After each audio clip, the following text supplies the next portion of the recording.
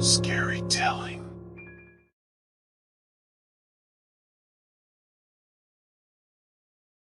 I kissed her, but she wouldn't kiss me back. She was already decomposing. It was a mistake, a terrible mistake. I had never intended to end up like this. It started when I was out for a walk one night. I stumbled upon an old cemetery that I had never seen before.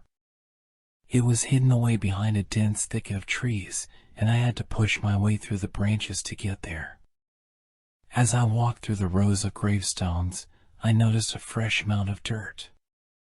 I walked up to it and saw a small plaque with a name and a date. It was a recent burial, and I wondered who it could be. That's when I saw her. She was standing by one of the graves, staring down at it with empty eyes. I approached her, and she turned to face me. She was beautiful, with long blonde hair and pale skin. She looked like she had just stepped out of a fairy tale. I started talking to her, but she didn't say anything. She just looked at me with a blank expression. I assumed she was grieving and decided to leave her alone. But then something strange happened. As I turned to walk away, she reached out and touched my arm. Her touch was cold, but it sent shivers down my spine. I looked back at her, and that's when I saw it. Her skin was decaying, and her eyes were sunken in. I realized that she was dead, and I had been talking to a ghost. I tried to run, but she grabbed onto me and pulled me back. I struggled, but she was surprisingly strong. She pulled me down to the ground, and I could feel the cold earth beneath me. She leaned down and kissed me, but it wasn't a normal kiss. Her lips were cold and stiff, and I could taste the decay on her breath. I pushed her away, but she wouldn't let go. I don't remember much after that.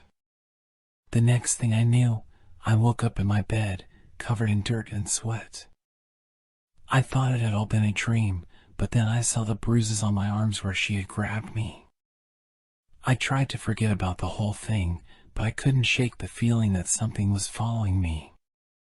I would see her in my dreams, and sometimes I thought I could hear her whispering my name. I started doing some research, and I found out that the girl had died in a car accident. Her body had never been found, and her family had assumed she had just run away. I realized that she was trying to use me to find her body. I didn't want to get involved, but I couldn't ignore her anymore. I went back to the cemetery and followed her to where her body was buried. It was a grisly scene. Her body had been buried in a shallow grave, and she had been left there to rot. I felt sick to my stomach, but I knew I had to do something. I called the police, and they dug up the body. They were able to identify her, and her family finally had closure. But for me, the nightmare wasn't over.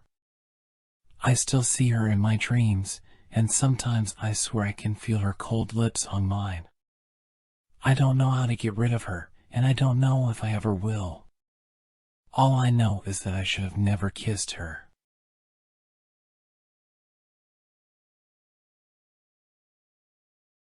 I had a long day at work and fell asleep in my pajamas, exhausted. But when I woke up, I was wearing a suit and the walls around me were made of wood. I was inside a casket and the lid was shut tightly, trapping me inside. My heart was racing and I tried to push the lid open, but it wouldn't budge. I was gasping for air, feeling suffocated by the confined space. Panic set in, and I started to scream for help, but no one answered. I tried to remember what happened before I fell asleep, but my mind was blank. I couldn't recall any memories of how I ended up inside the casket. It was like I was in a nightmare, and there was no way out. Suddenly, I heard muffled voices and footsteps nearby. I banged on the lid of the casket, hoping someone would hear me. But instead of rescuing me, the voices grew distant, and the footsteps faded away. I was buried alive, and no one knew I was here. My thoughts turned to my family and friends, and I wondered if they would ever find me. I tried to remain calm and collected, but the air was running out, and I could feel myself slipping away. As time passed, I started to hallucinate. The darkness was playing tricks on my mind, making me see things that weren't there. I heard whispers, saw shadows moving around me, and felt cold hands touching me. I was losing my grip on reality, and I knew I wouldn't last much longer. My only hope was to find a way out, but the casket was too sturdy, and my strength was fading. Just as I was about to give up, I heard the sound of digging. It was faint at first, but it grew louder and closer. I knew that someone was digging me up, and hope flooded back into me. With all the energy I had left, I screamed and banged on the lid of the casket. The digging stopped, and I heard someone calling my name. The lid creaked open, and I saw a pair of unfamiliar faces peering down at me. They were grave robbers, looking for valuables in the caskets. I begged them to help me, and they finally pulled me out of the casket. But instead of helping me escape, they knocked me out and threw me back into the casket. I woke up again, back in the same situation. This time, I knew that I was truly alone, and no one was coming to save me. The darkness enveloped me, and the air grew thin. In my final moments, I wondered who had put me in the casket and buried me alive. Was it a mistake, or was it something more sinister? As my consciousness slipped away, I realized that the nightmare wasn't over. It had only just begun.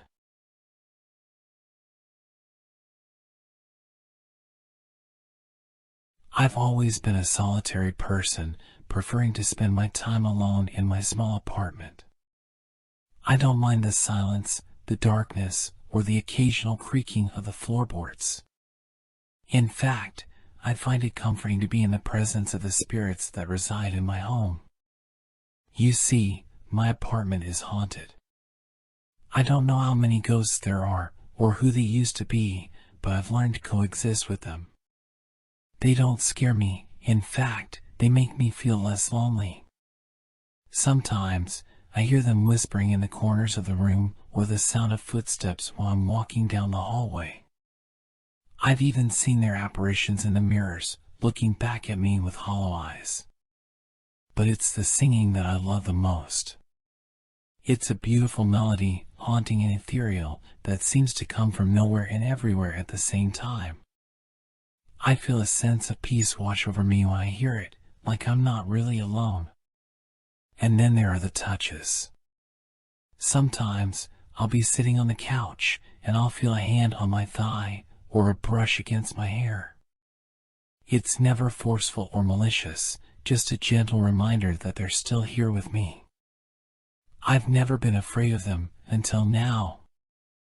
Last night, I was lying in bed, listening to the singing, when I felt a weight on my chest.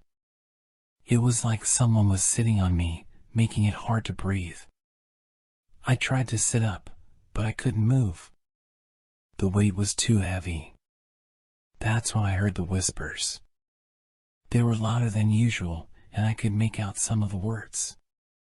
They were speaking in a language I didn't recognize, but I could feel their anger, their hatred. I was paralyzed with fear, trapped under the weight and the voices. I wanted to scream, to cry for help, but my voice was gone. And then, just as suddenly as it started, it stopped. The weight lifted, the voices faded, and I was left alone in the darkness. I didn't sleep for the rest of the night. I lay there, staring at the ceiling, wondering what had just happened. Had I angered them? Had I done something wrong? I decided to try to communicate with them, to ask them what they wanted from me. I lit some candles, turned off the lights, and sat in the middle of the room, closing my eyes. At first, it was peaceful. I could hear the singing again, and I felt their presence around me. But then the whispers started again, louder this time, and more urgent. They were telling me to leave, to get out of their home. They didn't want me here anymore. I could feel their anger and frustration, and I knew that I had to do something before it was too late. I packed my things and left the apartment, never looking back. I don't know what happened to the spirits after I left, but I hope they found the peace they were looking for. Living alone was never the same after that night. The darkness wasn't comforting anymore, and the silence was suffocating. I realized that sometimes it's better to be surrounded by the living, even if they're strangers, than to be alone with the dead.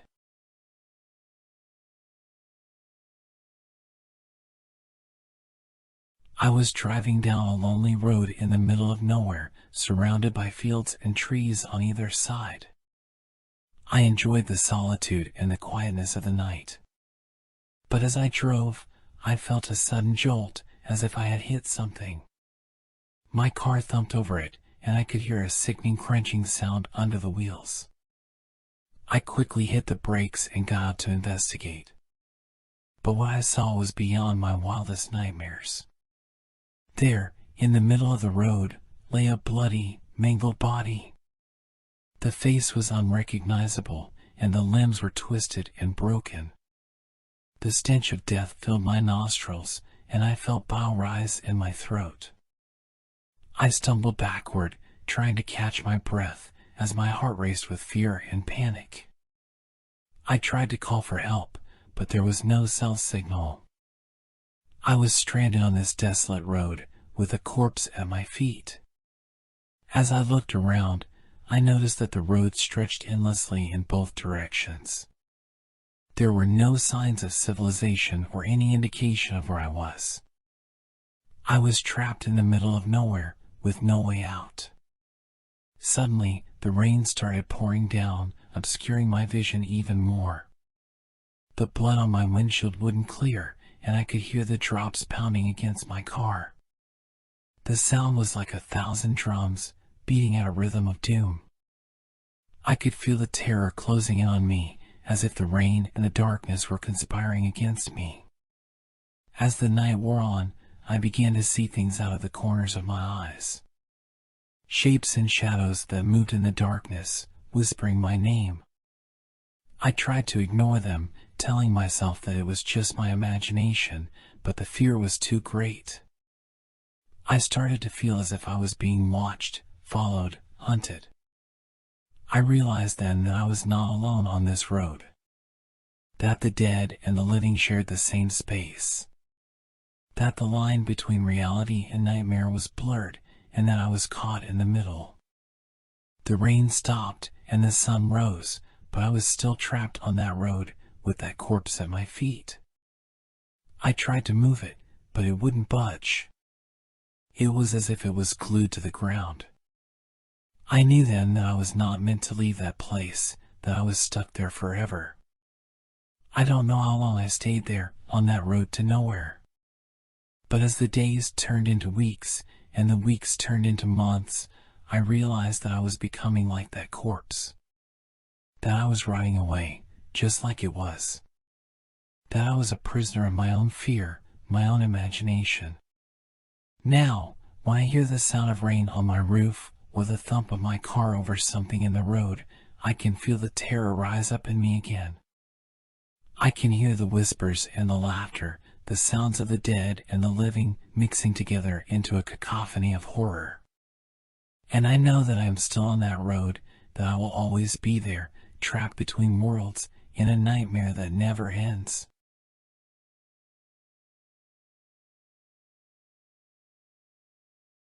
I've had my cat, Mittens, for a few years now. She's always been a bit skittish, but she's never been afraid of anything in our apartment. Except for one thing, my closet. Whenever she comes near it, she hisses and arches her back, as if she's trying to ward off something sinister. I've always assumed it was just a cat being a cat, but deep down, I've always had a sense of unease whenever I open that closet door. One night, I was getting ready for bed and I noticed that Mittens was nowhere to be found. I called her name, but there was no response. That was strange, as she usually slept curled up beside me every night. After searching the apartment, I decided to check the closet, even though I dreaded the thought of what I might find. As soon as I opened the door, I was hit with a wave of cold air. It was like a sudden drop in temperature, and my breath misted in front of me. And there, in the corner of the closet, was Mittens. She was huddled up against the wall, her eyes wide and unblinking. I called her name softly, but she didn't move. I reached out to touch her, and that's when I saw it. There was a figure standing behind her, looming over her with a sinister grin. It was tall and thin, with long, spindly fingers and a face that was distorted and twisted into a grotesque smile. It was like nothing I had ever seen before, and I couldn't believe what I was seeing. I recoiled in terror, stumbling back and hitting the wall behind me. But the figure didn't seem to notice me at all. It just kept staring at Mittens, with that horrible smile plastered on its face. I wanted to run, to escape from that closet and never look back. But I couldn't leave Mittens behind. I took a deep breath and stepped forward, my heart pounding in my chest. As I got closer, I realized that the figure wasn't actually touching Mittens. It was as if it was hovering over her, almost like it was feeding off her fear. And then, with a sudden burst of energy, Mittens darted out from under the figure and ran out of the closet. I followed her, slamming the closet door shut behind me. I leaned against the wall, gasping for breath and trying to make sense of what I had just seen. Mittens hasn't gone near the closet since that night. And as for me, I've been haunted by that figure ever since. I don't know what it was or why it was in my closet, but I know that it was pure evil. And I'm terrified that it might come back.